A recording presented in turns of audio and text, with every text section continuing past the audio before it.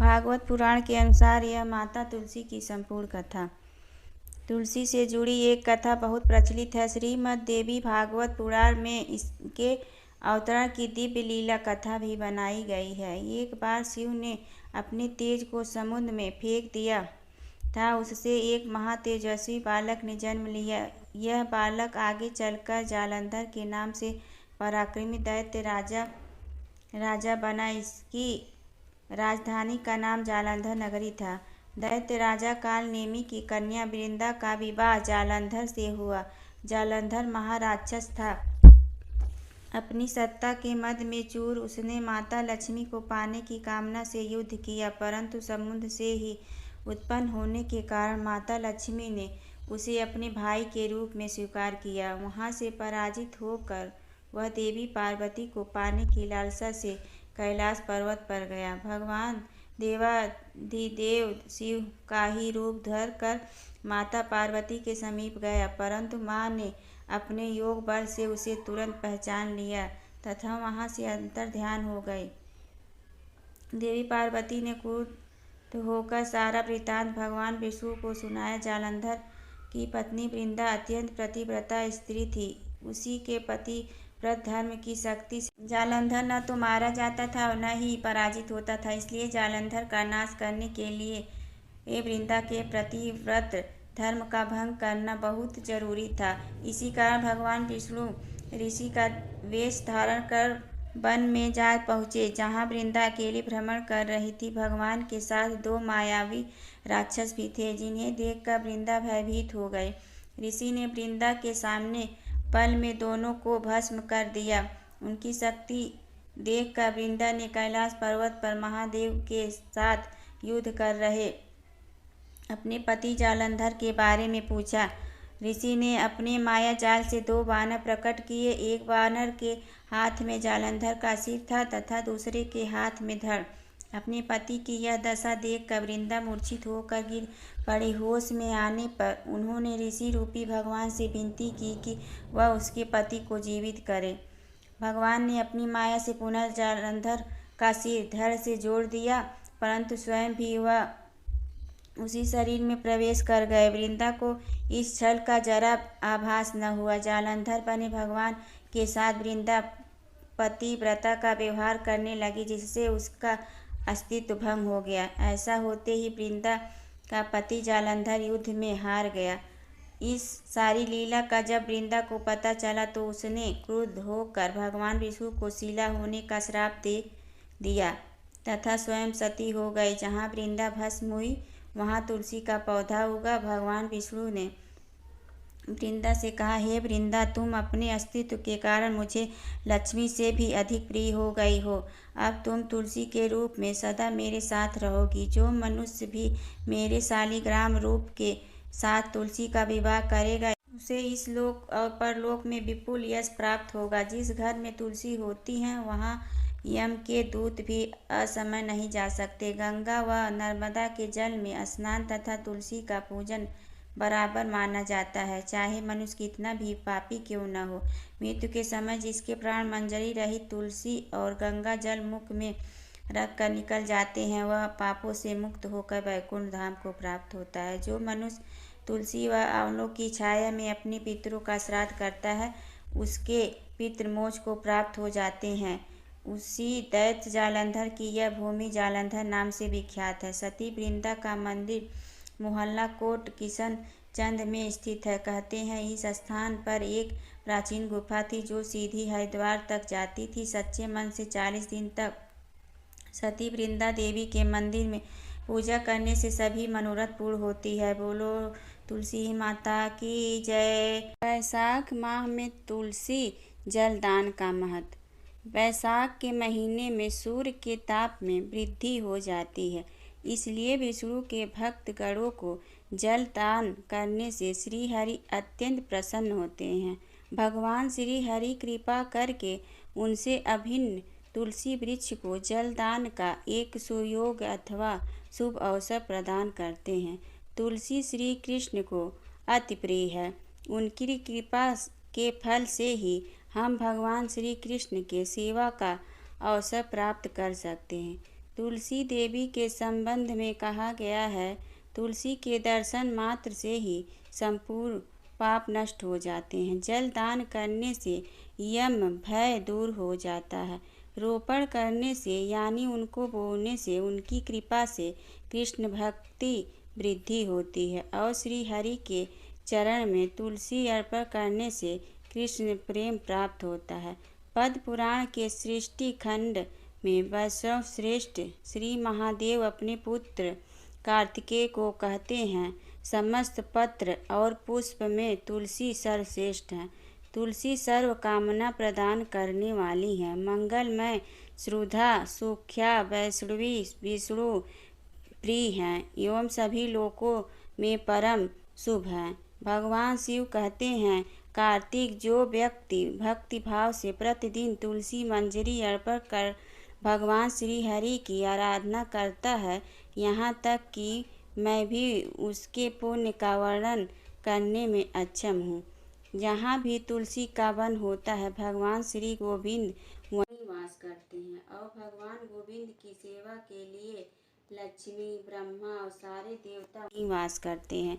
मूलतः भगवान श्री कृष्ण ने जगत में बद्ध जीवगणों को उनकी सेवा करने का शुभ अवसर प्रदान करने के लिए भगवान श्री कृष्ण ही तुलसी रूप में आविर्भूत हुए हैं एवं तुलसी पौधे को सर्वाधिक प्रिय रूप में स्वीकार किया है।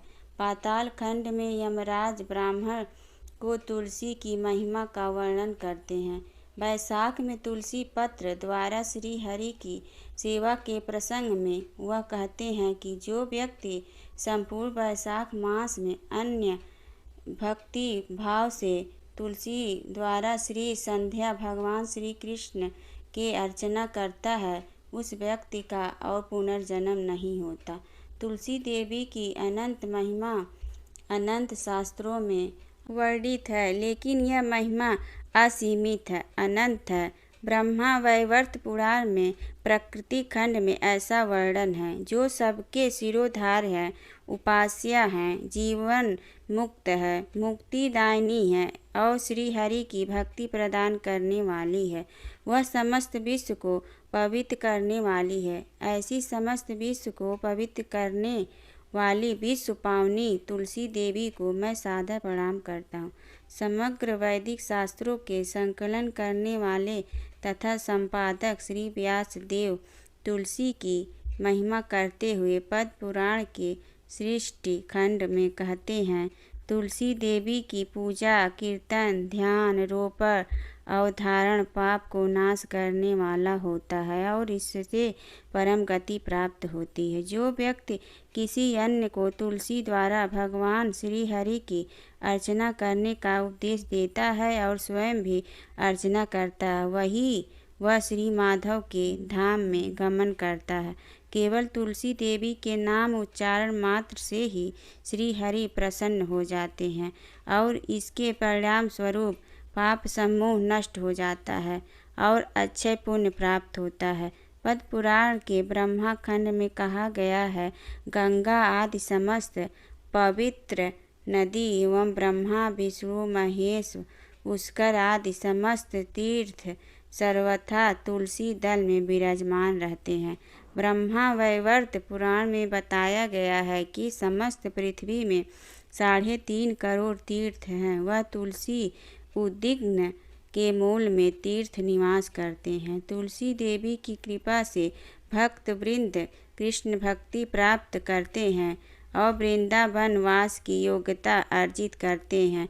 वृंदा देवी तुलसी देवी समस्त विश्व को पावन करने में सक्षम है और सबके द्वारा ही पूज्य है।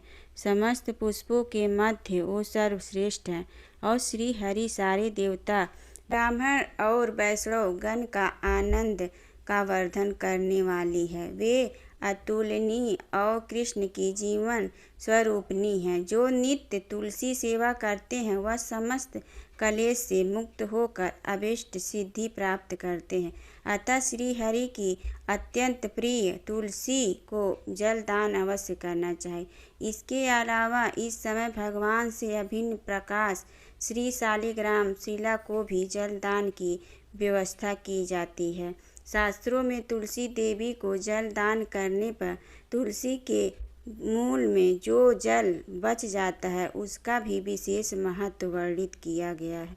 इस विषय में एक कहानी बताई गई है। एक समय एक वैष्णव तुलसी देवी को जल प्रदान कर और परिक्रमा करके घर वापस जा रहे थे कि कुछ समय पश्चात एक भूखा कुत्ता वहां आकर तुलसी देवी के मूल में पड़े हुए जल था उसको पीने लगा। लेकिन तभी वहां एक बाघ आया और उसको कहने लगा, दुष्ट कुकुर, तुम क्यों मेरे घर में खाना चोरी करने आए हो? और चोरी भी करना ठीक है, लेकिन मिट्टी का बर्तन क्यों तोड़ कर आए हो? तुम्हारे लिए उचित दंड केवल मृत्युदंड है। इसके उपरांत बाघ उस कुत्ते को वहीं मार देता है और तभी यमदूत के गण उस कुत्ते को लेने आते हैं। लेकिन उसी समय विष्णुदूत गण वहां आते हैं और उनके रोकने और कहते हैं, यह कुत्ता पूर्व जन्म में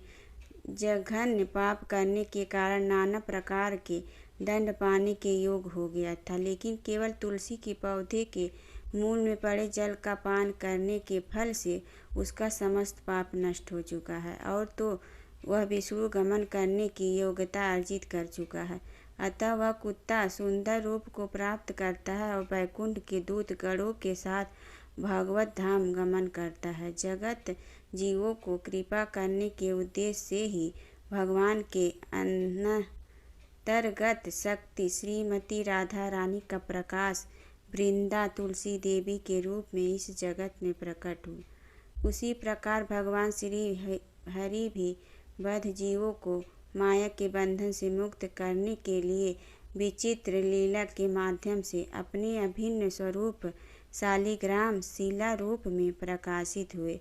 चारों वेदों के अध्ययन से लोगों को जो फल प्राप्त होता है, केवल शालिग्राम शिला के अर्चना करने मात्र से ही वह पूर्ण फल प्राप्त किया जाता संभव है। जो शालिग्राम शिला के स्नान जल चरणामृत आदि को नित्य पान करते हैं वह महा पवित्र होते हैं एवं जीव के मन के अंत में भागवत धाम गमन करते हैं। पौराणिक कथा के अनुसार तुलसी माता विष्णु भगवान के लिए रविवार के दिन व्रत रखती हैं और इसलिए इस दिन उन्हें जल नहीं चढ़ाया जाता है। एक अन्य कथा है कि तुलसी माता का विवाह भगवान विष्णु के ही एक रूप शालिग्राम से हुआ था और रविवार के ही दिन तुलसी अपने पति के लिए उपवास रखती हैं। यदि इस स्थिति में उन पर जल चढ़ाया जाए तो उनका उपवास टूट सकता है। तीसरी कथा के अनुसार तुलसी माता को विष्णु भगवान अत्यधिक प्रिय मानते हैं और इसी के चलते इस दिन तुलसी को जल अर्पित करना वर्जित है। कहा जाता है कि रविवार के दिन आप तुलसी पर जल चढ़ाएंगे तो आपके लिए यह बेहद अशुभ साबित होगा। घर में मुश्किलें पैदा हो सकती है और सुख समृद्धि की क्षति हो सकती है। इस बात का भी ध्यान रखना चाहिए कि आप तुलसी के पत्ते रात के समय या मंगलवार, शनिवार और रविवार के दिन ना तोड़ें। साथ ही माना जाता है कि कभी भी बिना नहाए तुलसी के पत्ते नहीं तोड़ने चाहिए।